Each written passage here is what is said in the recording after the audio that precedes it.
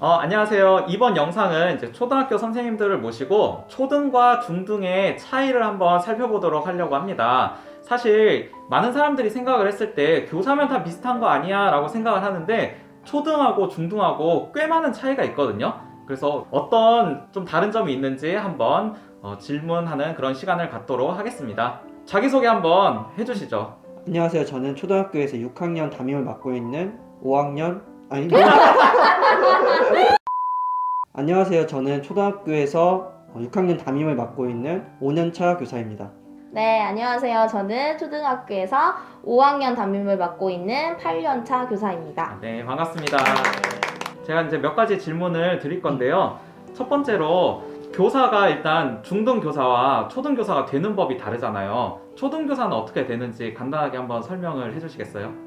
초등교사가 되려면 일단 방법은 한 가지밖에 없는 걸로 알고 있어요, 저는. 그래서 초등교사가 되기 위해서는 교대라는 학교에 가야 하고 거기에서 가야죠? 네, 졸업을 하고 나서 초등 임용 시험에 합격을 하면 초등교사가 될 수 있습니다. 교대가 근데 전국적으로 몇 개 없죠? 교대가 전국적으로 10개 정도 있고 일반 대학교에 초등교육과가 있는 학교가 있어요. 그게 이화여자대학교, 교원대학교, 제주대학교 이 세 군데만 있는 걸로 알고 있습니다. 그럼 총 13개가 있는 거네요. 네. 일반적으로 중등 같은 경우에는 많은 종합대학에 사범대학이 따로 있어가지고 엄청 많이 있잖아요. 사실 숫자를 셀 수도 없거든요. 네. 그래서 이제 그런 면이 조금 다른 것 같네요. 네. 그래서 제가 알기로는 교대에 입학하는데 굉장히 그 컷이 높다고 알고 있어요. 돌발 질문을 드리고 싶은데 선생님들 학창 시절에 공부를 좀 잘했을 것 같거든요. 고등학교 때 몇 등까지 해봤다. 전교에서. 몇 등까지 해봤다? 네. 네, 저는 제일 잘 봤던 게 전교 4등이었던 것 전교 같아요. 4등이요? 저는 전교 3등까지 해봤어요. 3등? 오. 그렇게 잘했어요? 아니요. 의외네요. 그 정도였다고? 오. 저도 그때 왜 3등인지 잘 모르겠어요. 그때 제일 놀았을 때인데 이건 잘라야겠다. 이거 안 잘라가지고 욕먹게. 그리고 이제 교대를 입학을 하잖아요. 그 이제 중등 같은 경우에는 자기 전공, 주 전공으로 입학을 해가지고 전공 학점을 이수를 이제 쭉 하거든요. 근데 교대 같은 경우에는 여러 과목을 가르치잖아요. 그럼 대학교에서도 여러 과목을 배우는 건가요? 네, 되게. 그러니까 초등학교에서 가르치는 모든 과목을 수업을 받고요. 근데 이제 거기에서 심화 과목이라고 해서 자기가 좀 더 공부해보고 싶은 과목으로 과를 나눠요. 그래서 그렇게 자기가 더 공부하고 싶은 부분은 3, 4학년 때 더 공부하는 걸로 해가지고 예, 교대도 과가 있죠? 네, 사실 과가 있어요. 그 모르시는 분들이 있거든요. 교대도 자기 전공이 있는데 선생님 주 전공이 뭐죠? 저는 음악교육과입니다. 선생님은 주 전공이 뭐죠? 저도 음악교육과를 역시 천생연분이요. 무슨 학기를 하셨지요? 무슨 학교 하셨어요? 제가 1학년 때는 바이올린을 선택을 했는데 바이올린은 어릴 때 배우지 않으면 정말 어려운 악기더라고요. 그래서 2학년 때 전격적으로 교체를? 네. 뭐로? 가야금으로 가야금? 교체를 해서 열심히 했습니다. 선생님은 어떤 악기 하셨어요? 저도 처음에는 바이올린을 저희 학교 같은 경우는 3학년 때 모두 다 오케스트라 수업을 받았어요. 음악과에서. 그래서 오케스트라에 필요한 악기를 하나씩 담당했어야 했는데 처음에 바이올린을 선택했다가 바이올린이 너무 어렵고 어렸을 때부터 하지 않았기 때문에 힘들어서 2학년이 되자마자 후배한테 바로 팔았습니다. 그리고 저는 지금 그때 피아노를 전공했어요. 그리고 혹시 착각을 하실까 해서 말씀을 드리는데 교대는 모두 다 전공이 초등교육과예요. 그리고 부전공으로 그 세부 심화 과정을 배우는 거라 생각하시면 되겠습니다. 정말 많이 다르네요 이게. 그런데 일단 저는 사범대 출신이 아니라 공대 출신이거든요. 근데 이제 공대 같은 경우에는 이렇게 여러 학년이 섞여서 수업을 듣는 경우가 많아요.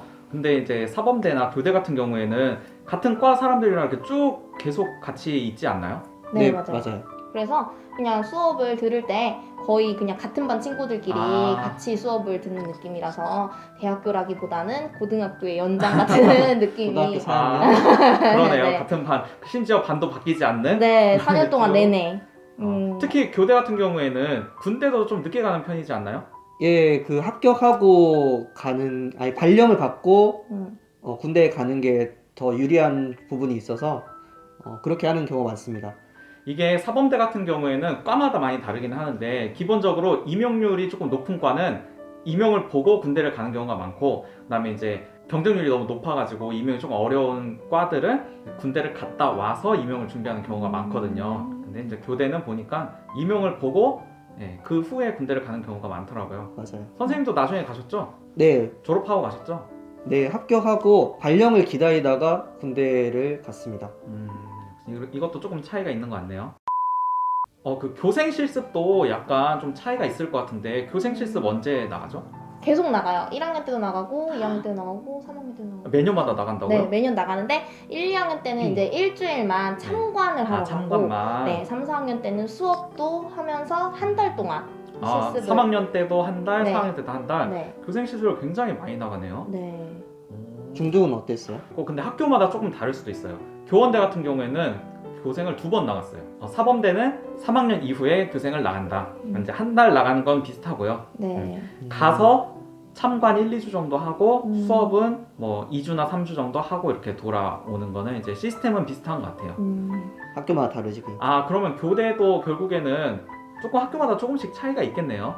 네, 저희 학교 같은 경우는 1학년 때는 수업 실습을 나가지 않고 2학년 때 1주, 3학년 때 2주, 오. 4학년 때 6주 나가는데 3주는 교대 부설초등학교에 가고 3주는 이제 다른 학교에 가서 두 개 학교를 간다고요? 네. 오, 진짜 이것도 다 다르구나 이게. 그리고 이제 아까 말씀드렸듯이 네. 그 과가 정해져 있다 보니까 그 사람들하고만 많이 친하게 지내는데 네. 실습을 나갈 때 다른 과랑 많이 섞여요. 그래서 굉장히 그때 교대 인맥이 많이 넓어지는 그렇구나. 계기가 되기도 합니다.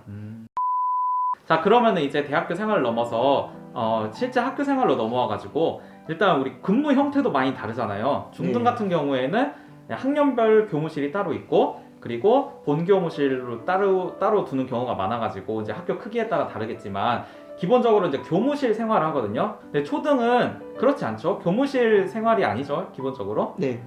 이제 저희는 담임이 이제 거의 계속 하루 종일 학생들을 데리고 있기 때문에 계속 교실에 있어요. 거의 특별한 일, 뭐 회의 같은 경우가 아니면 계속 저희 교실에 있습니다. 그러면 교무실이 학교에 하나밖에 없나요? 네, 교무실 하나. 한 개.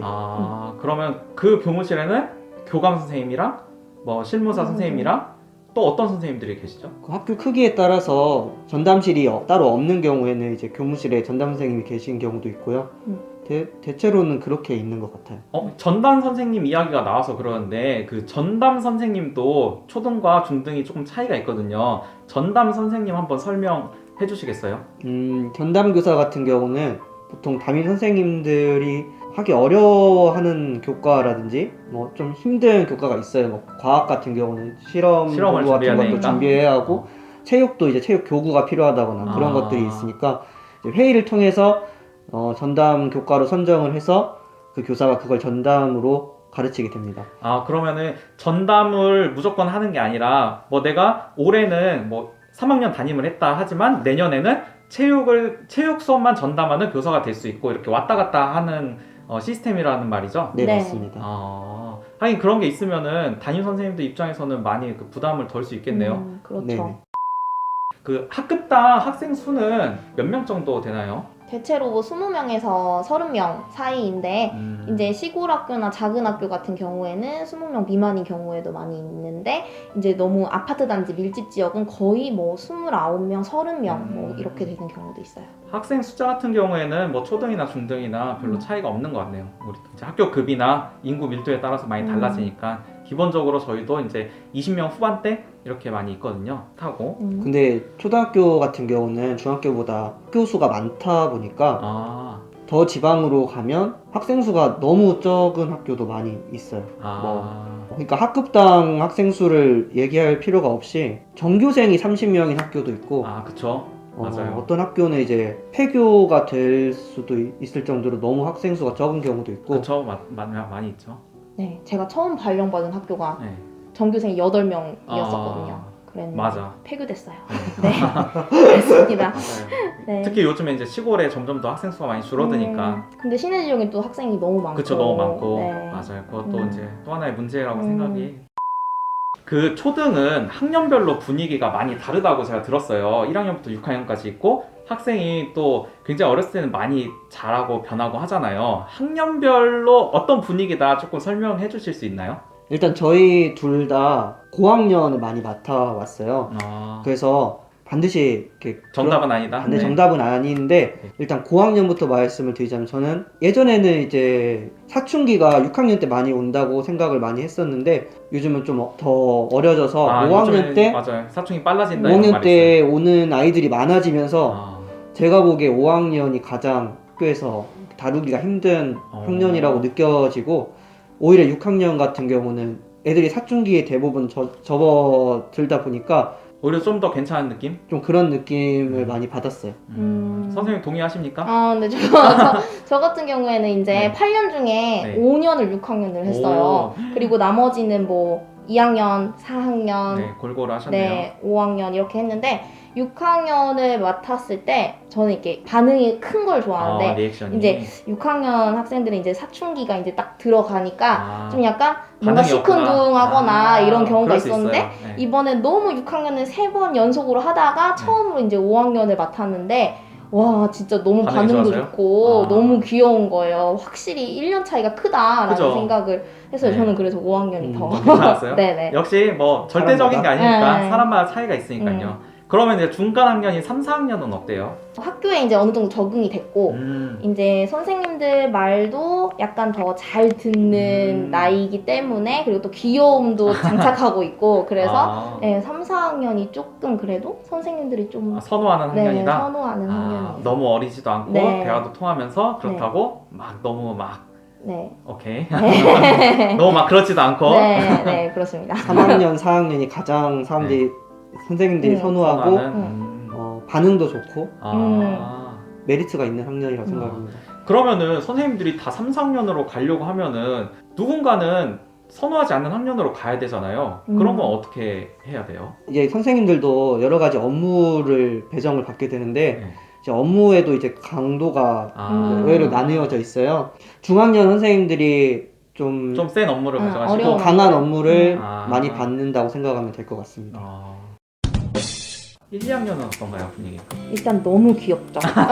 그 시간표는 누가 정하는 거예요? 많이 네. 맞는 학생이었나 봐요. 저요? 저 엄청 많았어요. 그 소문 같은 게 더 잘 퍼지겠네요.